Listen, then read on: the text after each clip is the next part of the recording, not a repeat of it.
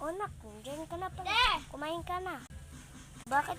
Bakit ka ganyan nakatingin sa mga kaibigan mo dyan sa labas? Inaaway nila ako eh. Ay na nga sinasabi ko eh. Sabi ko mag-review ka lang dyan. Huwag ka na lumabas.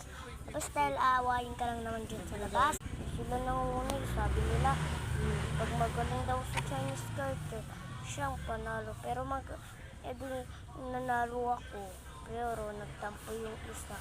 Kaya sinabunutan nila ako. Tapos sinabihan ako ampon. Nasaan yan? Nasaan yan? Papabarangay ko yan. Nay, wag na po. Yan, lalo nila akong away. Paano yan? Silbe, sisibihin ko na lang yan sa mga magulang. Ito yung bahay. Sige, kakatok lang ako. Oh, Mari, ikaw pala. Aray, ha?